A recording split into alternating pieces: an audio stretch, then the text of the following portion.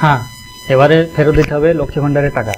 তো কাদের জন্য এই নিয়ম দেখে নিন এই খবরে। তো আগে মাননীয় মন্ত্রী কি বলছে দেখে নিন। এবং একটি বিষয় মাননীয় মুখ্যমন্ত্রী বলেছেন যে যাদের নামগুলো কাটা গেছে, যারা আমাদের দেশের নাগরিক নয়, তারা তো সরকারি যোজনার সুবিধা পেতে পারে না। সুতরাং সেইগুলো আমরা দেখে নেব যে যারা যারা হয়তো নামটা কাটা গেছে কিন্তু সে পেয়ে যাচ্ছে, সে আগের লক্ষ্মীর ভাণ্ডার পেয়ে যাচ্ছে, সে আবাস পেয়েছে, সেটা মাননীয় মুখ্যমন্ত্রী বলে দিয়েছে সেই টাকা কিন্তু ফেরত দিতে হবে, ফেরত নিতে হবে। কিন্তু যারা যারা লেজিটিমেট, যারা যারা পেয়ে আসছে অবশ্যই তারাই পাবে, এবং যারা পেতেন না তাদেরটা আরো ইমপ্রুভ। অর্থাৎ আপনার তো লক্ষ্মী ভাণ্ডারের টাকা শুনলেন ফেরত দিতে হবে।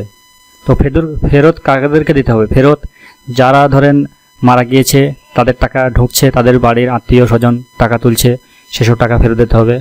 এবং যাদের বয়স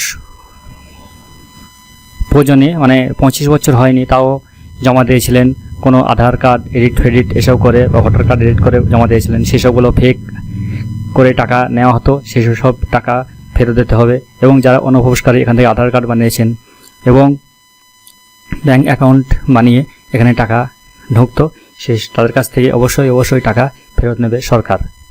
এবং যাদের ভোটার কার্ডের নাম SIR এর মাধ্যমে বাদ গিয়েছে, তাদেরকেও টাকা ফেরত দিতে হবে।